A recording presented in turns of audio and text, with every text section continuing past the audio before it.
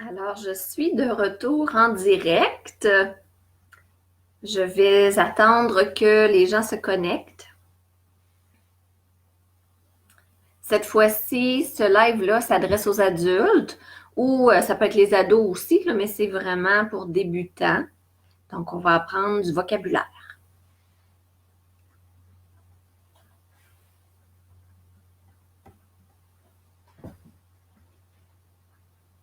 Donc, gênez-vous pas, si vous êtes présent, vous pouvez m'écrire votre nom ou me faire un petit pouce là, pour me dire que vous êtes là parce que je vois combien de personnes il y a, mais je vois pas qui est là. Alors, si vous voulez me faire un petit coucou, un pouce en l'air, un sourire, quelque chose.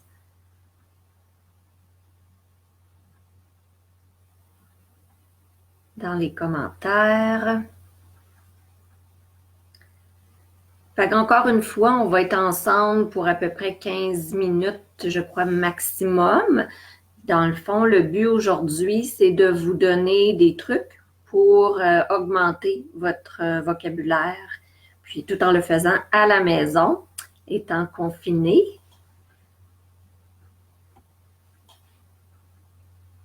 Et moi, j'ai encore 3 minutes là, avant qu'il soit 13 heures. Alors, je vais attendre que les gens se connectent.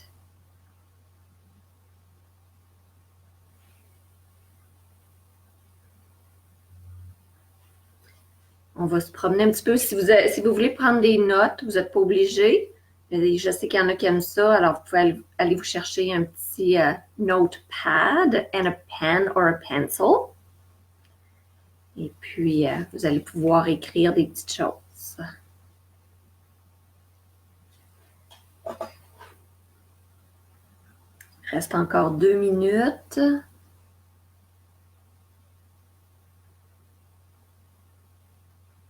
Je vois qu'il y en a qui sont branchés. Est-ce que vous êtes capable de m'écrire un petit mot dans les commentaires ou faire un thumbs up ou un happy face? Happy smile.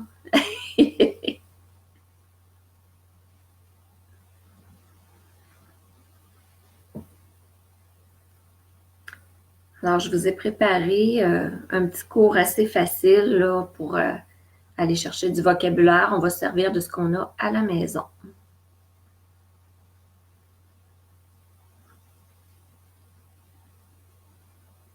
OK, ça se branche tranquillement.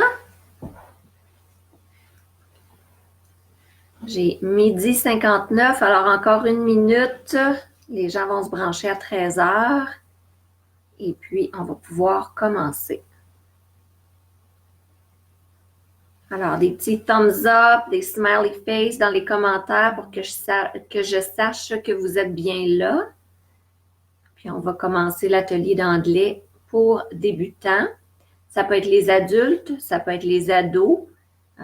C'est sûr que pour les enfants, ben, ça peut faire aussi. C'est juste que c'est pas très interactif là, cet après-midi. C'est plus tranquille.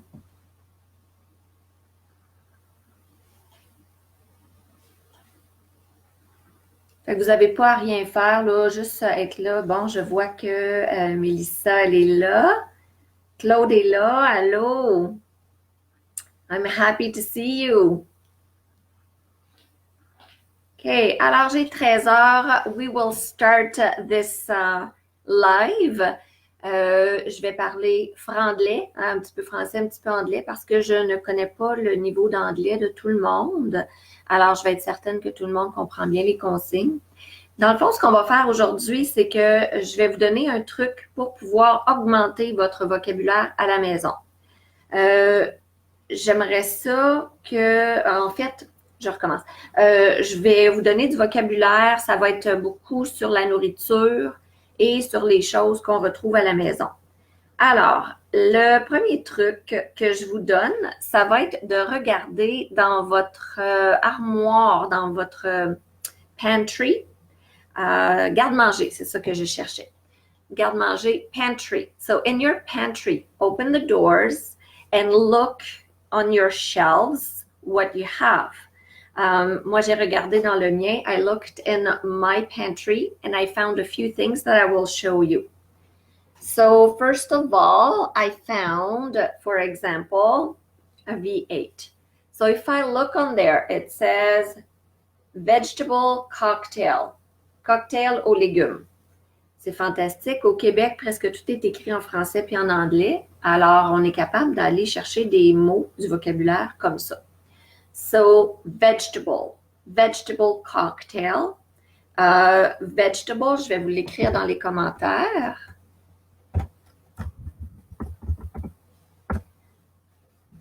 On ne prononce pas le deuxième E. Donc, ça se prononce vegetable.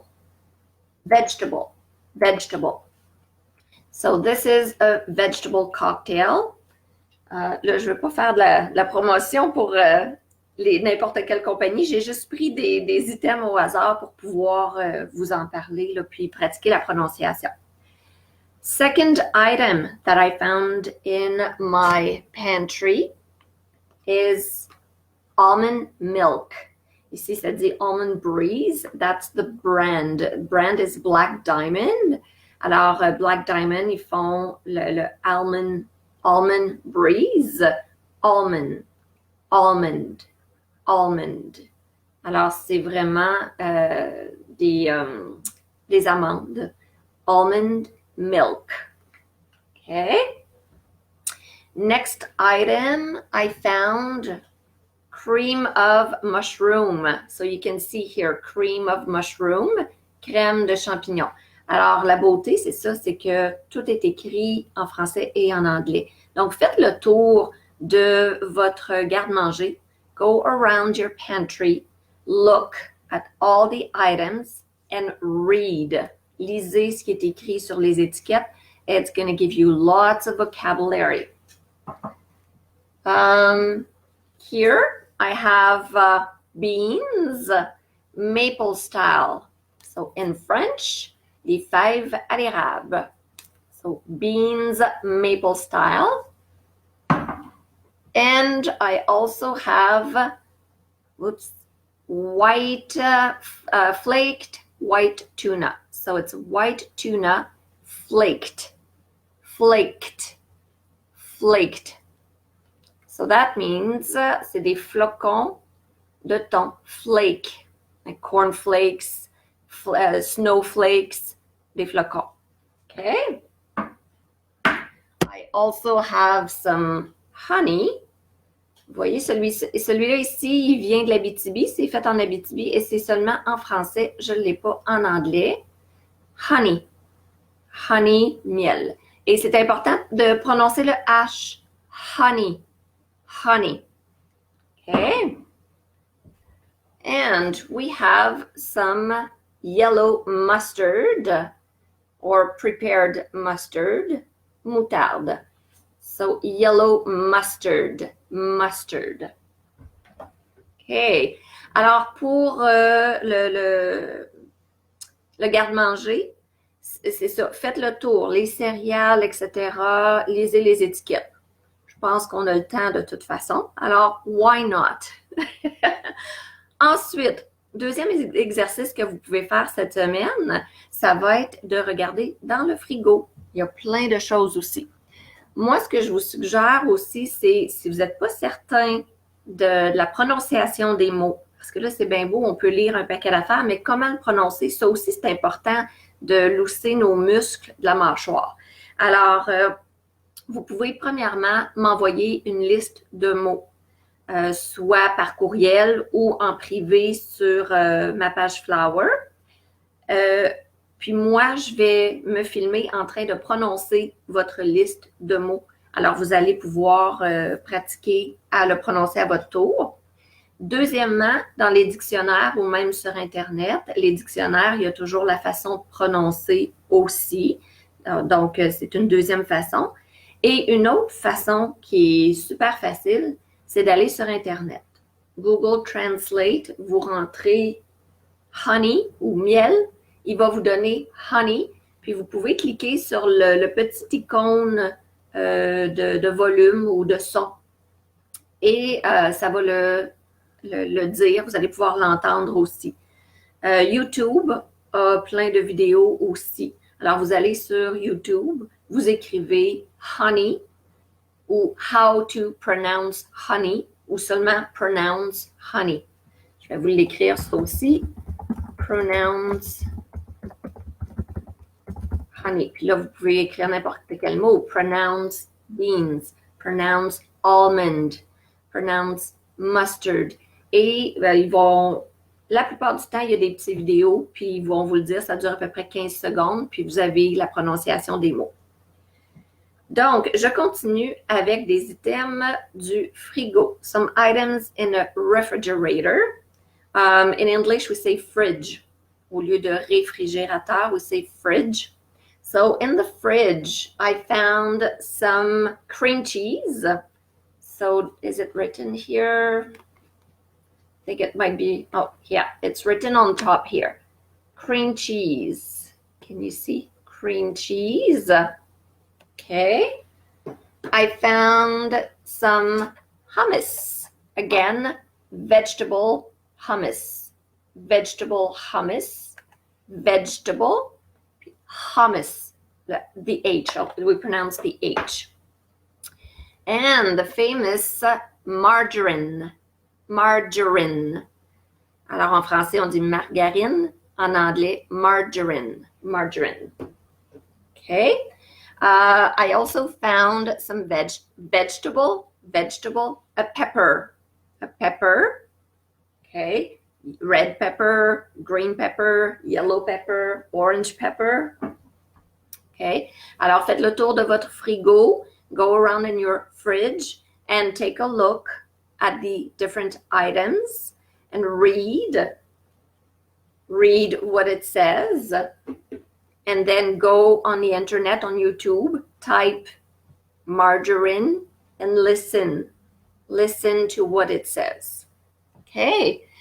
Dernier conseil, dernier petit devoir cette semaine. Je vais rapprocher mes items.